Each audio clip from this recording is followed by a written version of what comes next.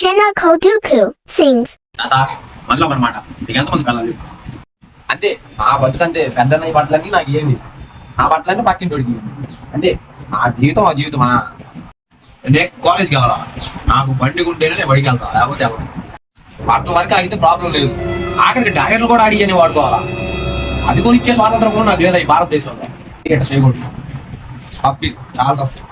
నీకు ఆ టైంలో తుపాకీ దాకపోయినా అంతమంది లపాకీలు ఎట్ మెయింటైన్ చేసావు సర్లే మెయింటైన్ చేసావు నాయన దీనికన్నా ఎట్ మెయింటైన్ చేసావు తెలిస్తే కారం పెట్టేదా పూసి నాకు టిప్స్ ఏమని చెప్పొచ్చుగా ఎట్టబడేయాలో వెళ్ళి పెద్దోళ్ళని అడగమంట వాడిని నేను ఎందుకు అడుగుతా వచ్చు